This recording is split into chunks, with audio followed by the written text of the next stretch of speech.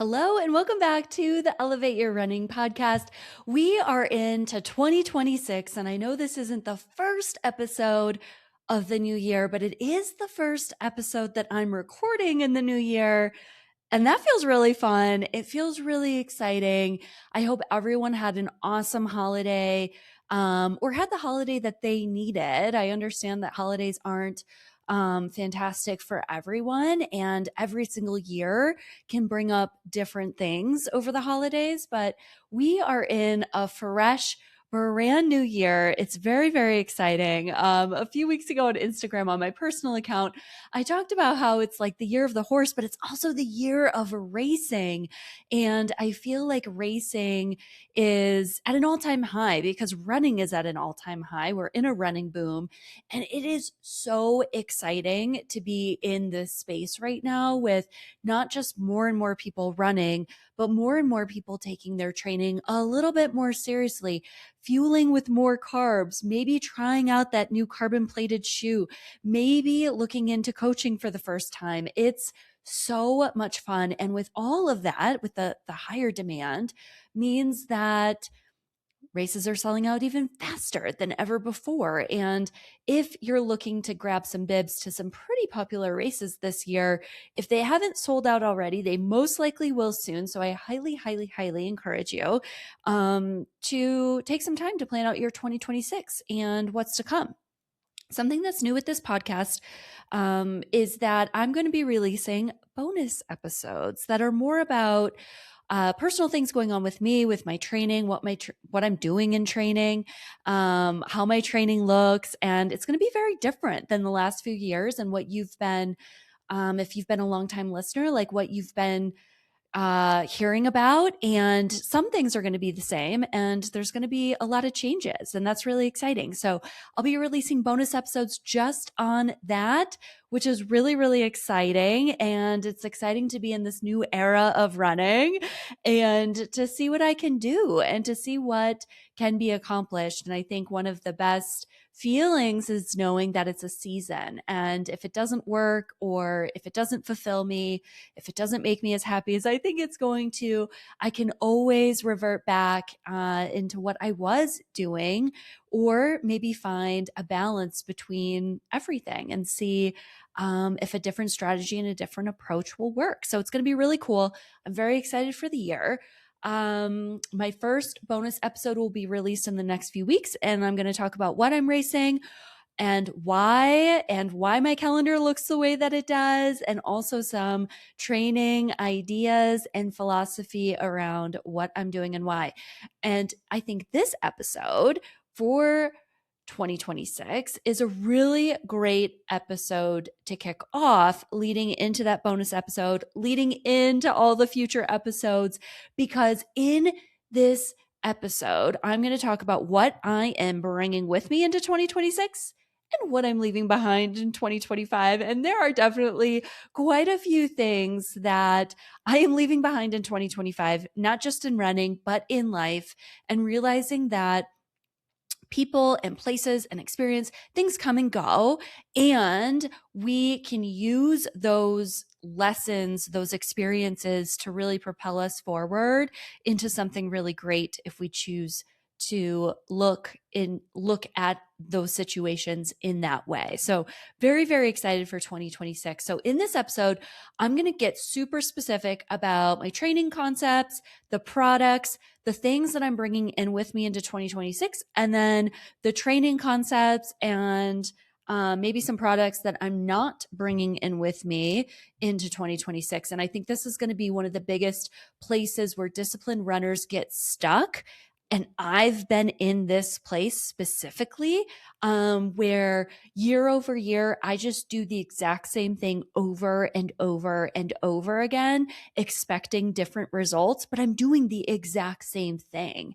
And what I know to be true is that we can always elevate, we can always transform, even if that means you're working with the same coach or you have the same foundational pieces. It doesn't mean that we can't have some other pieces. Maybe it's process goals, outcome goals, products, training concepts that do change to kind of sprinkle in over the foundational things in our training to really elevate and to provide us with that chaos that our body sometimes needs to be able to create that breakthrough. And we can go out there and break through that plateau, or we can go out there and run that Boston qualifying time with a buffer, which is going to be the new phrase of 2026, because right now we don't know that actually running a Boston qualifying time is enough. I'm going to say Boston qualifying time with a buffer, because I think we all need to have a little bit of a buffer on our time going into our marathons this year if we want to get back to Boston or go to Boston for the first time and really have that experience. So let's get into it. I'm super excited. So training concepts into what I'm bringing in and changing for 2026. So, I love strides. Maybe you don't know that. I love strides. As a coach, if you're an athlete listening, you are probably laughing right now, or smiling, or maybe you're rolling your eyes, because I love them so much that most athletes get strides in their plan. And it's not just in workout days or maybe before like a tempo session. It is before we get into the day before a workout, the day before a long run. So I am adding that into my own training, and I'm really excited about it. It's something that is really fun for me. It's something that's new for me. It's something that I haven't had in my training in a long time, outside of workouts and maybe like some longer like long runs or whatever. So adding in more strides. And why am I excited about this? Because strides have a lot of added benefits. So specifically to the people that I am coaching who are listening to this podcast, please listen up. This is why I program strides. This is why I ask why you forgot them. This is why I say they are so important and we need to remember them, because it's very easy to forget something at the very end of an easy run. And it's also really important because I do believe that adding in strides into your training it's like the 1% addition, right? It is going to elevate your training. And what we know to be true is the faster that you can get at the mile, the faster you can get at the marathon. So if we can start out with running strides and continuing to get faster in those strides, it is ultimately going to translate into the marathon over time. And if you're here looking to break through that marathon, break through that plateau, go to Boston for the first time, you need to be running strides. You get to be running strides. That's a great way to look at it. So I've been adding 4 to 6 by 20-second strides at the end of my runs, which has been really fun. A long time ago, working with a different coach outside of Nell, I did have strides in my training, but they were always in like the second half of the run. So for this year, I'm diving in and adding strides to the end of the run, and I love this so much. So I complete my full run for the day. It could be 5, 6, 7, 8 miles, depending on what I'm doing that day.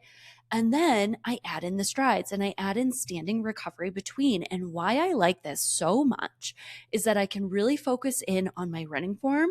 I can focus in on my cadence, and I get more out of that stride for me personally than adding it in at the end of a run when I'm already maybe like running uphill home or feeling tired. Uphill strides have their own place in this podcast. So what I really love about adding these strides at the end of a run is that they can be more intentional. I'm more focused. I get more out of them. So strides help not only with speed, because if you think about it, over the course of a year, if I'm running, let's say on average, 5 by 20-second strides twice a week, that's 10 by 20-second strides. That's a few minutes of running sub 5-minute mile pace, which is not going to happen on the track. It's not going to happen on the road, right? But I am getting a lot of bang for my buck with these strides right now. And they don't necessarily only help with speed. They help with turnover. They help with cadence. What we know to be true about cadence is that the more aligned your cadence is with the pace that you're running, right? Because that's going to be a little bit different for a 10-minute easy 10-minute per mile easy runner than an 8:30 or an 8 or 7:30 easy minute per mile easy runner or a 12 minute per mile easy runner. It's going to be different. But the more we can align our cadence with our pace, the more efficient we are at running. And what we know to be true about that is the more efficient we can be with our running, the better our running economy is, which means that the pace that we're running feels easier. Who doesn't want that? This is a low hanging fruit concept, people. Why I haven't been doing this, I do not know, but I am very excited that I'm adding it back into my own training into this year, and it's going to be really exciting. So it also helps with running form, which I think everyone, unless you're like maybe one of the very top pros who have really worked hard on their running form, can use more of, right? We can always use more work on our running form to be running more efficient, to be running smoother, to be running more relaxed and getting more out of ourselves, not just when we're running strides, but also when we're racing or when we're in these workouts for sure. So love the strides. They are in my plan. It's been a lot of fun. Now, the strides have been added in the first part of the week. In the second part of the week, I've been doing hill strides, and I've been doing these a little bit more bulky. So I've actually shifted my workout to a different day of the week. I shifted it from Wednesday to Tuesday. Absolutely love the new schedule. I think it was very necessary for me to break out of the schedule that I had been living, particularly not just over the last year, but like over the last 3 years, and just kind of change up what I was doing and on what days. This allows me, by running a workout on Tuesday, which is I'll get to later on in this episode, I now have the ability after my easy run on Thursday, and I'm very, very lucky and very fortunate that I have two amazing hills right next to where I live, where I can run hill repeats or hill strides after my run. So this has been the second component to my easy days. This is typically run on a Thursday. It can be run on a Friday, kind of depending on where my long run falls or what I'm doing for that weekend. But I will run 6 by 30-second hill strides. And I have to say, when I started adding this in, I was running into a lot of wind resistance. It's been very windy in Colorado, very specifically in Boulder, but I can't complain because we've had an unseasonably warm winter. And I mean, that's been fun. It's been fun.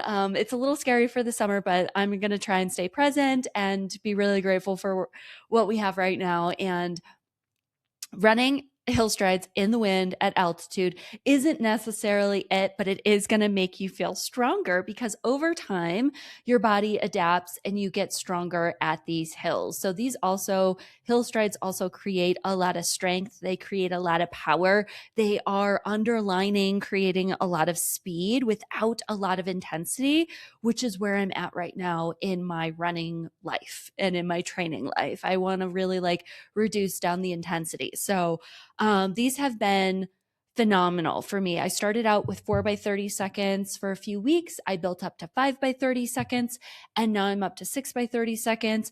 I'm jogging down the hill as my recovery, and I'm using these hill strides to create that power, to create that strength, to create that, that speed that's underneath the power and the strength, but it's also working your running form, and it is creating a much stronger runner. So I have been digging these, and I recently just ran one earlier this week. So it's a little bit different this week, just kind of based on what I'm doing over the weekend.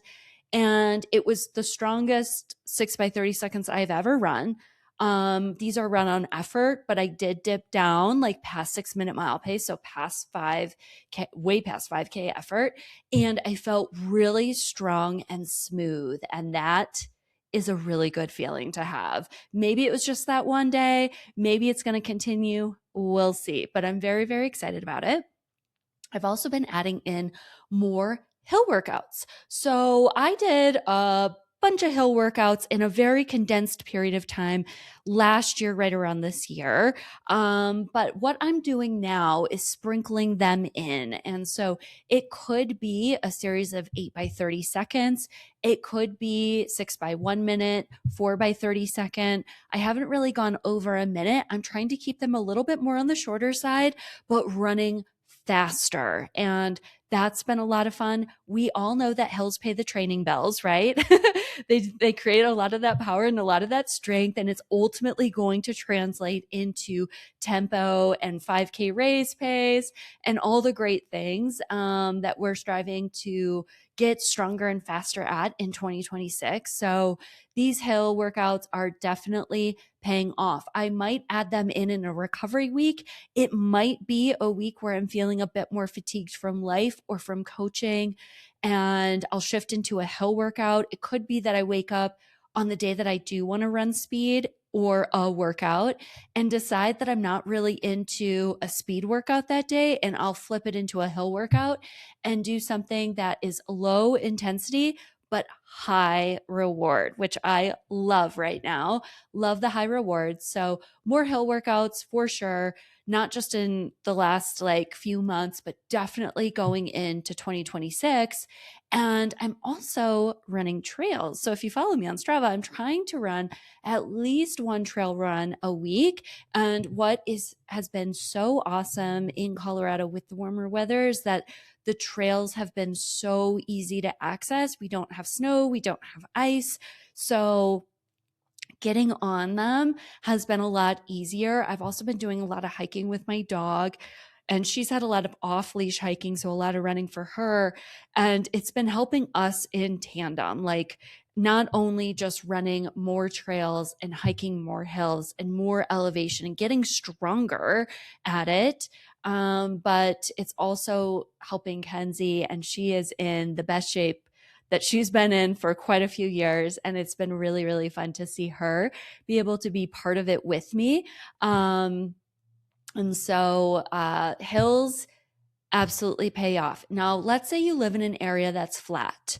There's a few different options that you have. You can use a treadmill, and put it at a 6 or 7% grade. That's pretty typical. A lot of people who I train for Boston are training over the winter. And for most athletes, they're going to get weather that they can't run outside in at some point during the Boston training cycle. So I have actual inclines, declines for the Boston Marathon course, and we actually mimic parts of the course on the treadmill. Now, of course, if that athlete doesn't have a decline option on their treadmill, we can't do that.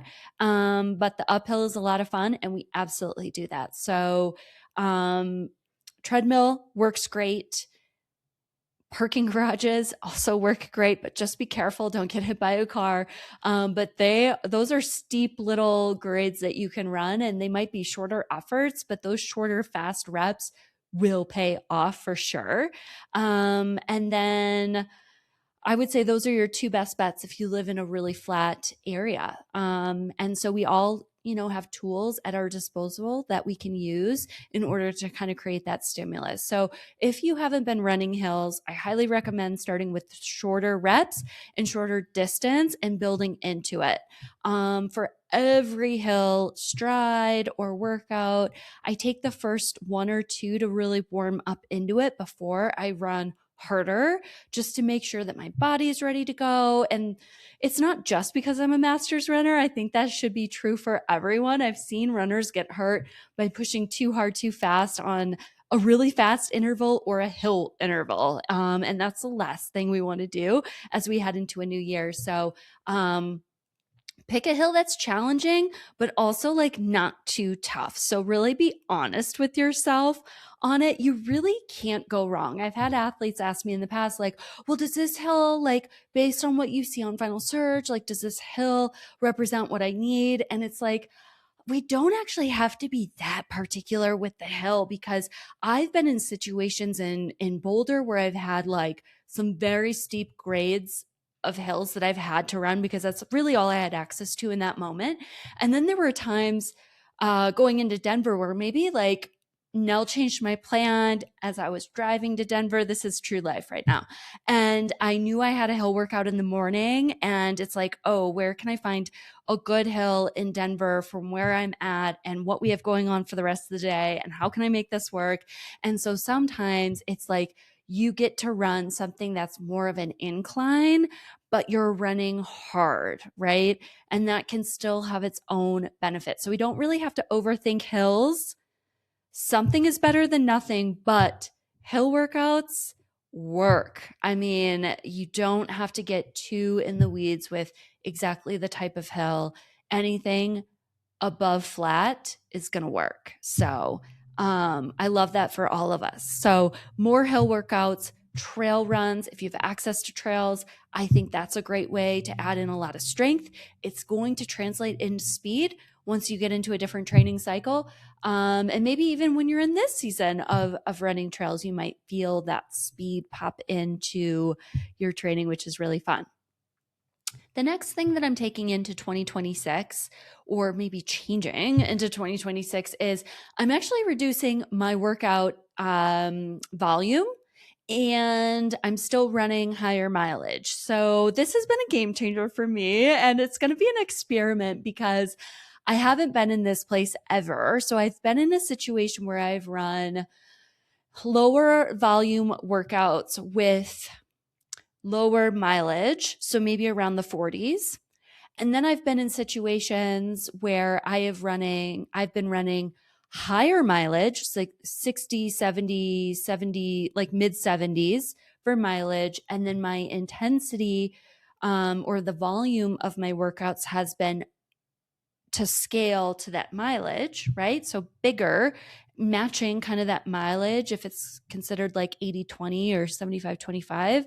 And so I'm going to keep the mileage. And I've been running around 60 miles a week right now. Coming off of Chicago, I slowly built back into that. I feel really good at 60. That's always been the number. I've had, people in the podcast and other running coaches and people who are very interested in my training at the time ask me like, well, what's your sweet spot with mileage? And 55 to 60 has always been my answer. And that's like literally what I've been running over the last few months. I love this balance. It's such a good place for me because I feel like I not only can sleep at night, like it's fatiguing me enough where I can sleep at night, but I'm not too tired and I'm not too fatigued. It's a really, really good spot for me.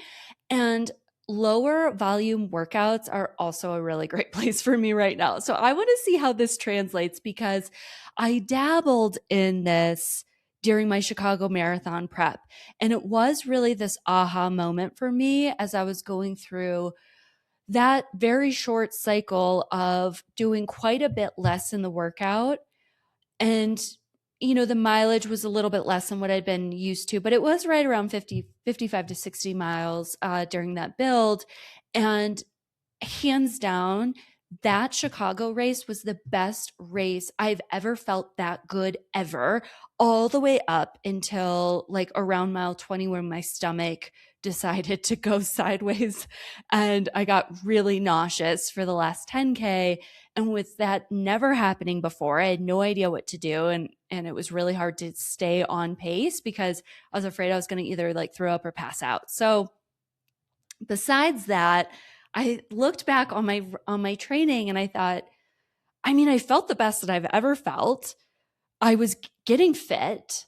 I was able to run the race really well. And I think my finish time at Chicago does not reflect the shape that I was in, not just based on how I felt at 20 before my stomach went, but like how fast I recovered from that race, how quickly I started my own workouts, and how good I've been feeling since.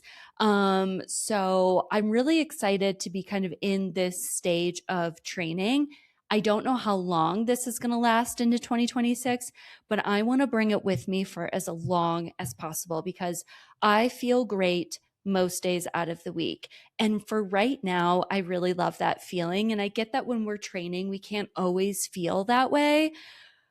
But I think I was a little bit lopsided. Now, in hindsight, looking back on the last few years of running and just how tired and fatigued my body was all the time, and how much recovery I was doing on top of it, and how I still was showing up every single day running on, fumes. Like my legs were just so tired and heavy all the time. And I think after a while, you just kind of normalize that because that's just how it feels. And that's what training's like. But now that I've been out of it, I'm like, but wait, is there a way that I can do this with a little bit more intention?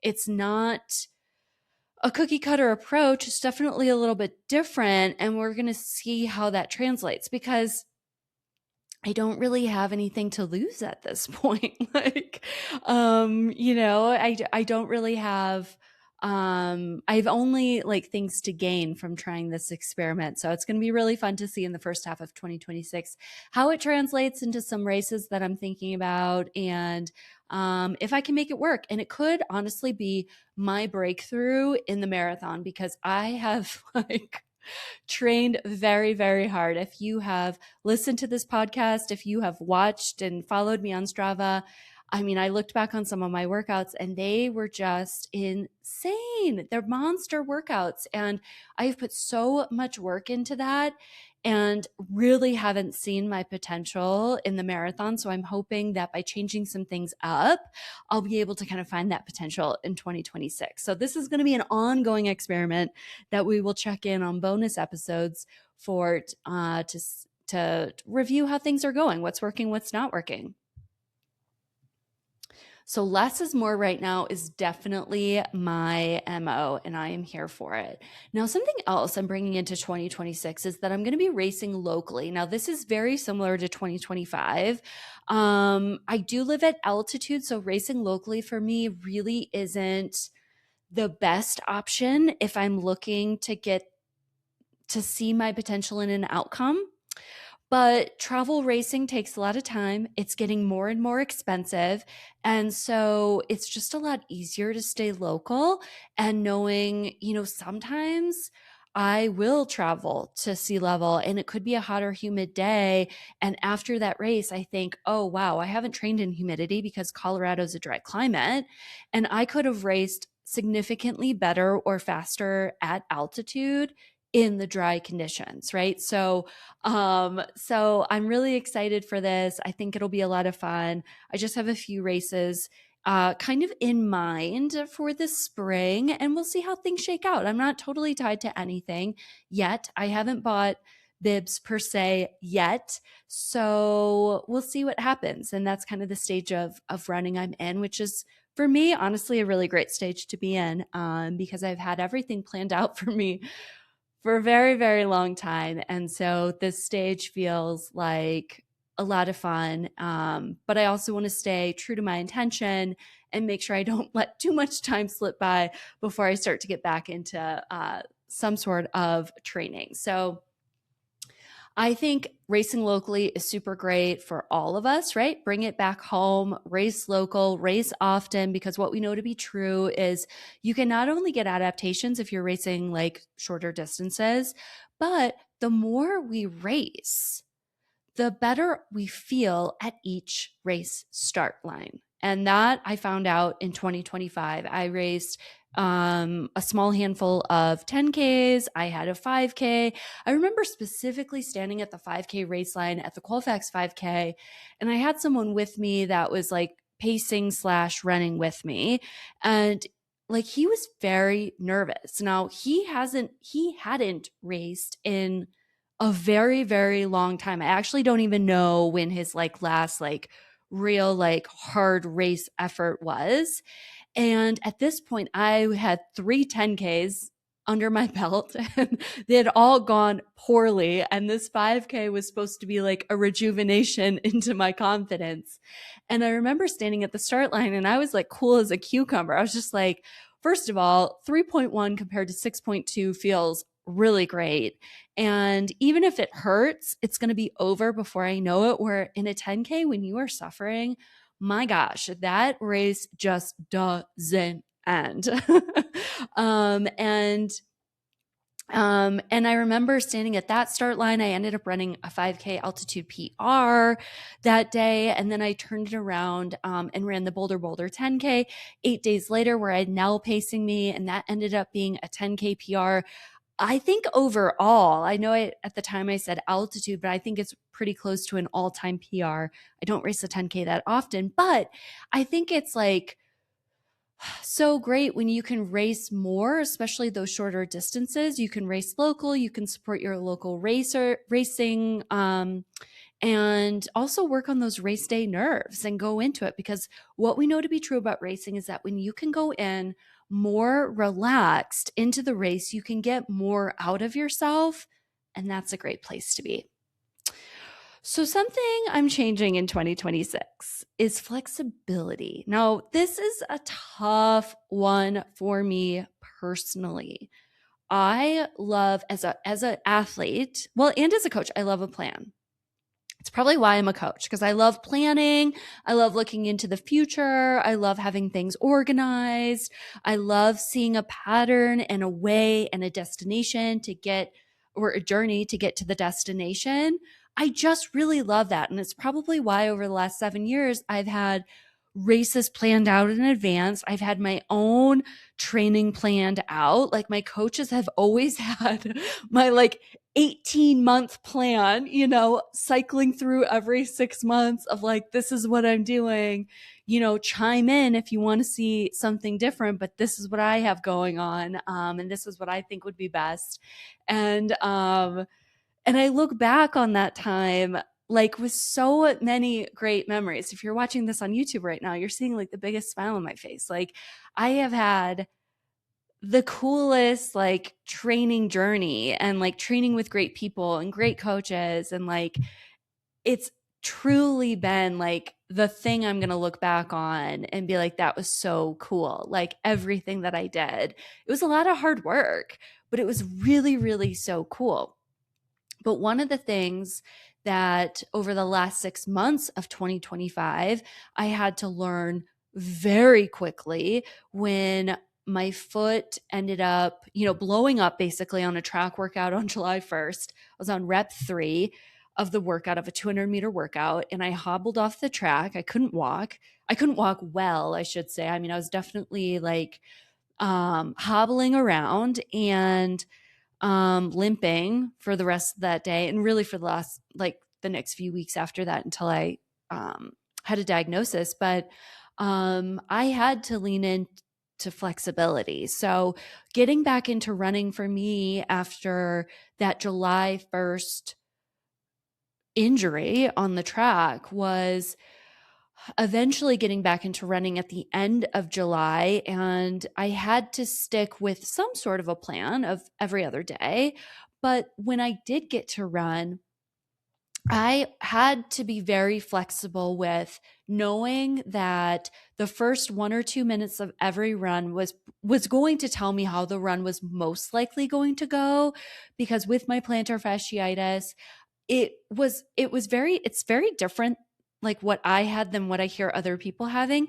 It was like immediate, and I would have it for most of the run. So I knew based on how bad it felt at the beginning of the run was how the rest of the run was going to go, or it would like get worse, which is different from what other people have. I guess it was a pretty bad case. And that's also because I was running through it for a while and I didn't realize what exactly it was. So I feel like with flexibility going into those runs, I had to be flexible. I had to stay close to either my home or my car, because if it got above a certain pain level, which was 3 out of 10 for me, and I had to be very honest with myself on what actually was a 3 out of 10 versus what I wanted a 3 out of 10 to be, i.e., I was pushing through a lot more pain than I should have been. I had to shut the run down. And my PT didn't want me that far, that in quotes, far away from my home or my car, because I had to walk back, which was also still painful. So I had to stay in a very, very close radius. And I'm laughing because it was literally like I'm very grateful that I have this amazing soft surface area that I can run in right next to where I live. And it's literally like 0.7 mile, like away from my house. So like I could run 0.7 miles out and then I could run back. So I was never truly that far away.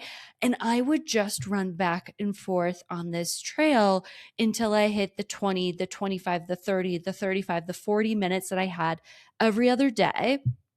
I had to be really flexible with my schedule in terms of when I could get in to see my PT, when I could get in to see my massage therapist, which were weekly appointments. And I had to be working with their schedule because when you're seeing professionals, medical professionals that often, it does start to create like it's tough to fit everything in. And I was still working, right? I was still coaching. I still had a lot of like, video calls and athlete calls and podcasts to record. I was still trying to live some sort of a life through working and just trying to make that all work. So I had to be really, really flexible with things. And then once I got into Chicago Marathon workouts, I had to be really flexible with that workout and be okay shutting things down. So I actually changed quite a few of the workouts that Nell had programmed for me because they were too aggressive for what I wanted to do that day, either because I wasn't feeling it physically, because my foot was hurting. Just to be really clear, like throughout the entire cycle, it was hurting all the way through race day. So I didn't feel it at all on race day, and I haven't really felt it since, which is pretty wild. So there's probably some like stress or psychological things going on there, but it definitely was, at a 2 or 3, it was a dull ache at all times. And then sometimes it would get worse depending if I was running a workout, or specifically, I remember running a 22-mile long run, which was like the last long run of the cycle. And I couldn't do much the rest of the day because my foot hurt so badly. And a lot of times it would come after running. So that was always kind of tough to kind of balance. But I had to have a lot of flexibility, not just in the workout and maybe changing the workout, reducing the workout, adding in a broken set. So I specifically remember getting a 10K tempo at 10K pace. And I thought, there's no way I'm doing that. Mentally, I'm in a place where I can't do that today. And physically, that just doesn't seem to be the right move. I mean, I feel like I can do something different that still creates fitness. So I broke it down into 3 by 2 miles at marathon, half marathon, marathon for the sets, and kept a little bit of jogging or standing recovery between each of those 2 mile intervals. And I got it done. So I was very, very flexible in the last 6 months of the year, and also just really flexible as I got back into training after Chicago, and knowing I wasn't really following a plan, but I needed to stay true to my reverse taper. I couldn't get back into things too quickly. I really wanted to show up for my friends and pace people in races and workouts and joining people for long runs, and just doing a lot of things that I had to say no to, or the classic, if you've run with me locally, you're going to know exactly what I'm about to say. The classic, well, this is what I have. And then I would tell that person what I had. So like, this is what I have to do. Like, this is what I have. And I would just stick with the plan. Long story short, sticking with the plan doesn't work. It doesn't work all the time, because let's rewind back to July 1st. My foot was hurting, and I had a 10 by 200 meter workout at mile effort on those 200s, and then a 3 mile tempo. And should I have gone and done that workout? No. I should have been flexible. I should have said, I can't do this. My foot is hurting. I need to like pause or shift. But no, I did it anyways. I'm stubborn. I like to follow a plan. It brings me a lot of joy to be able to like follow something to a T and like see the success from that. But with running, it doesn't work that way. And a lot of times, if we can take a step back, listen to what our mind and our body need in relation to our goal, we can often create a lot of good out of that. And I was really flexible in my Chicago training. I've been really flexible in how I've showed up to running, and I haven't had that perfect Strava mileage week over week that I'd love to see. I've just done like what I've needed to do and shown up for friends and shown up for myself and taken unplanned rest days because I'm just not feeling it or whatever. And it's been awesome. I've been running my, I would say, arguably best ever. We'll see how that translates into some races, but like generally day to day, I'm energized. I feel great. My legs feel light. Any fartleks that I'm doing, I'm running those really well. I feel smooth. I feel strong. It's the best I've ever felt. And that feels so fun. I like don't want that to end. It feels so fun. So I'm seeing a lot of benefits from the flexibility side of things. So if you are someone who's maybe you're in this place of rigid training and you're trying to create a breakthrough and like a breakthrough in your marathon or a breakthrough in your Boston to get a Boston qualifying time, like practice some flexibility. I think it'll go a long way. It is, trust me, I get it. It is very hard to let go. But the universe made me have to let go in a lot of different ways for a lot of different situations. It was basically hitting me from all angles in July, and I had to surrender. And I think, like, looking back on it, it was probably the only way I would surrender because, like I said earlier, I'm very stubborn and like I like things my way and I like things to be certain ways.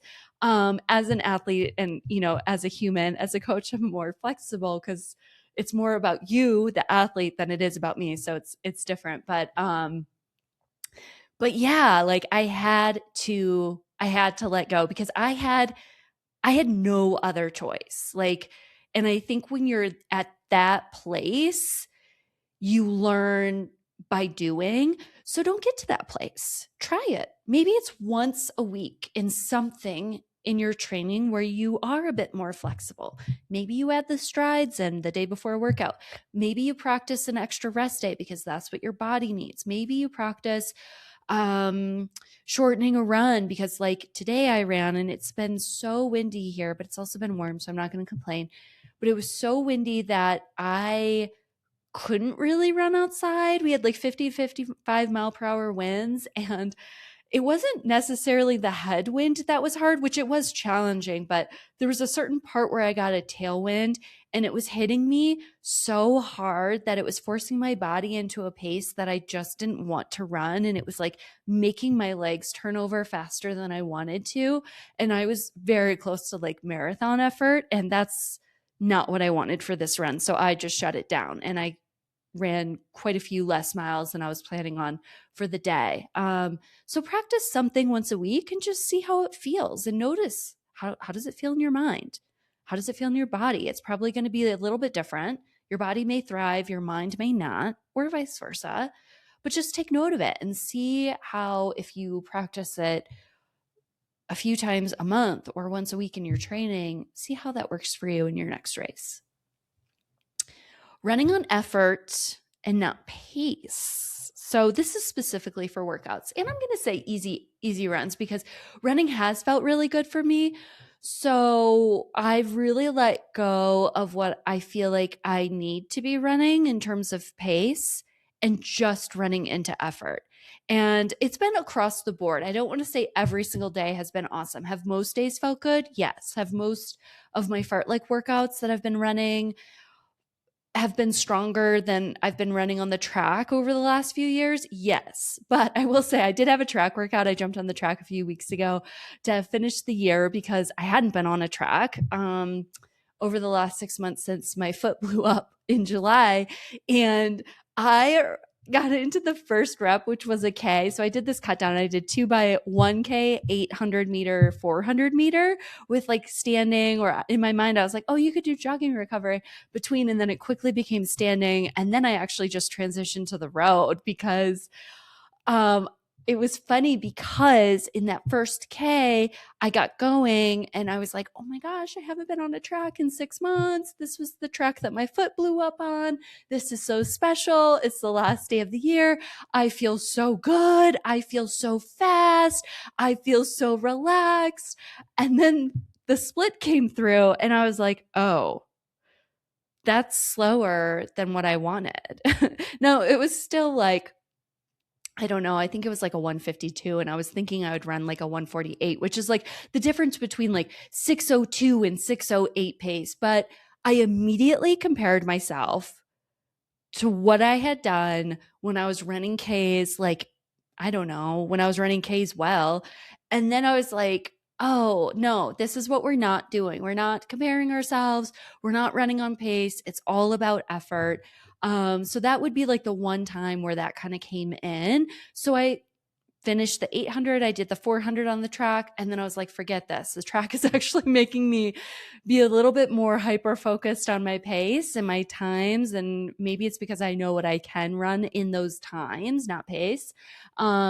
And so I jumped on the road and I actually ran faster on the road, which was a huge win. And I felt a lot better. So really being flexible and just kind of running more on that effort has really gone a long way in my running, a long way in my what I'm, training right now, even though I can't say I'm really training, but like it has gone a long way too in my mindset and not being tied to anything. It's just kind of like it is what it is. And I think because now that I'm doing a lot of my fartleks or tempos or whatever on the road, it's more forgiving in a way of like, you can always chalk it up to like, well, I was on the road. So even if it was a little slower, it didn't feel as smooth as you wanted it to. It's on the road where the track is just so specific that I think it can get a little too specific at times. So running on effort is great. Bringing it with me into 2026, not really focused on pace right now. We'll see if that changes. It's probably not. I mean, until maybe I get 4 or 5 weeks out from a race and I want to be super specific. We'll see how that all translates. Now, here are some products I'm bringing in to 2026 with me. Heat training. So sauna and hot tub training. I think this is super important. I've really felt benefits to this over the last few years when I have done it. It is becoming more mainstream now. People are talking about it, but you can get heat training through heat. So running in heat. So if you live in a warm weather climate, congratulations, you get heat training. Saunas are great. Hot tubs are great. Warm baths are great. So that's a really easy way to lean into some heat training if you don't have access to like a sauna or a hot tub. I really love taking Epsom salt baths. I still do because I find them like, even though I don't necessarily need them for my body right now, I think they're always good. But I really like it for my mind too, and to kind of like transition into like nighttime or bedtime. I love the Epsom salts. One has melatonin, and one doesn't. So one is, I think, Dr. Teal's with melatonin. You can get it at Target. Super great. It's like $5 a bag. And then the other one that I really like is more expensive. It's Coach Soak. I think it's about $20 a bag. That one's also really great. It's on Amazon. Both products are awesome, but I've been leaning into the one with more melatonin, and it just makes me sleep better at night for sure. I still take little melatonin tablets. That's coming in with me into 2026, but what I realized, I can't believe I was doing this. So what I realized was for the second half of the summer, I wasn't sleeping really at all. And so I was pumping melatonin into my body at night just so I could sleep for like 3 or 4 hours. It's actually like really sad thinking about it. And then I realized that more melatonin isn't actually great, and it's going to make you tired. It's going to make you groggy. And I was probably overdosing on melatonin for the first half of 2025 anyways. So I've really cut down on my melatonin, and I take like 3 to 5 grams max at night, where the first half of 2025, I probably shouldn't be sharing this, but I am. I was taking 10 milligrams, and then it was probably double that in the summer, just to be able to sleep or get some hours of sleep. But the thing that happens is, yeah, I was sleeping 3 or 4 hours, but I was very groggy for like the rest of the day. So that doesn't show up well. So just take melatonin, like just limit how much you're taking and just ease into it and kind of really like realize like how you feel before, during, after, all those things. But I love melatonin. It's coming in with me and coming into 2026 with me. The Dynamic Runner Mobility and Strength app. I love this app so much. So they are a partner with Elevate Your Running, but it's also a really great app because they have beginner, intermediate, and advanced strength, mobility, and stretching videos over the course of 12 weeks. So if you start out as a beginner in strength, you can graduate into intermediate and advanced throughout the rest of the year, which is really exciting. I'm such a big believer that doing something is better than nothing, especially when it comes to these areas of our training when we love to run and sometimes it's all we can do is get our running in. But if you can just take 5, 10, I think most of their videos go only up to 30 minutes. That's where you want to be. You can save 10% off your yearly membership using code Sarah, SAYRAH, runs happy. That's going to be through Dynamic Runner. What I love so much about the yearly membership is that I'm pretty sure with the discount, it comes out to be like $75 or $80 for the full year.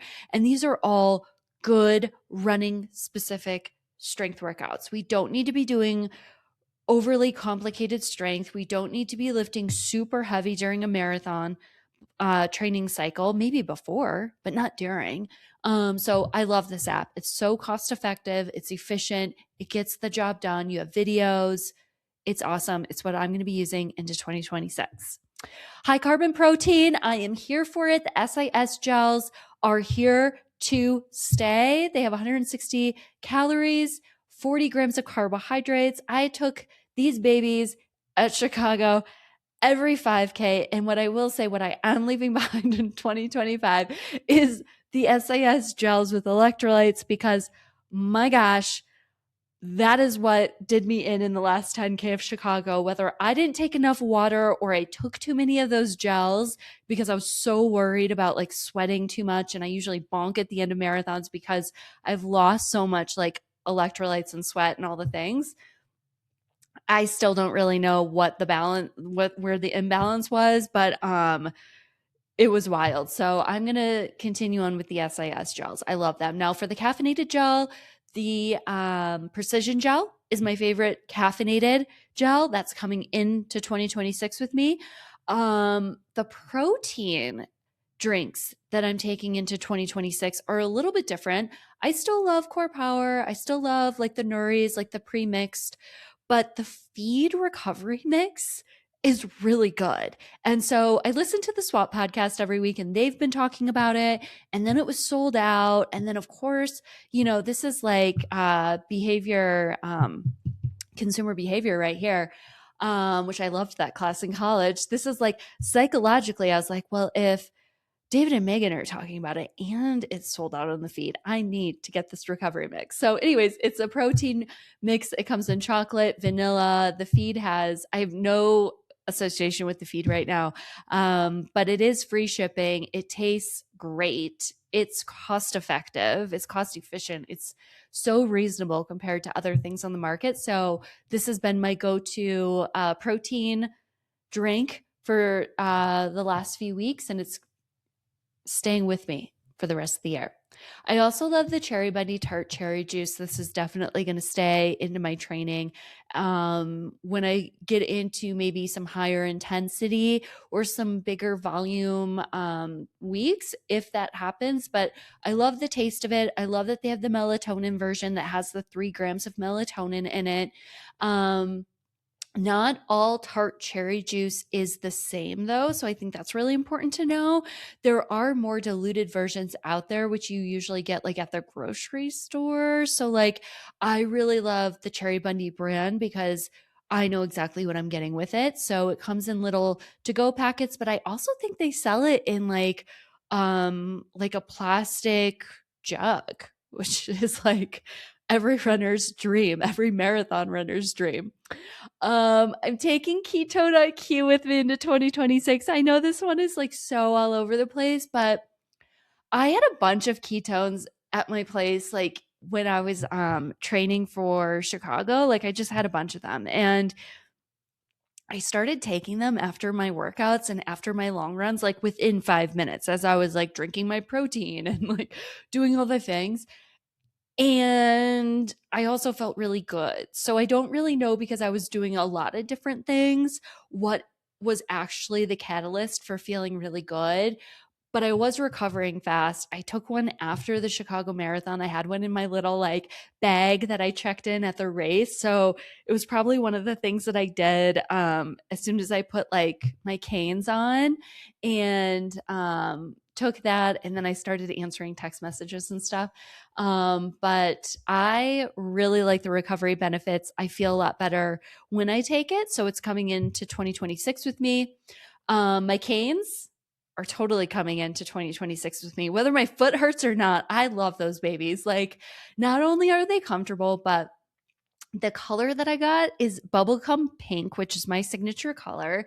And I get so many compliments slash conversation starters on those shoes, because I mean, they're kind of an eyesore, but they're also kind of cute. So like they're really great. They're coming, with me anywhere that I travel.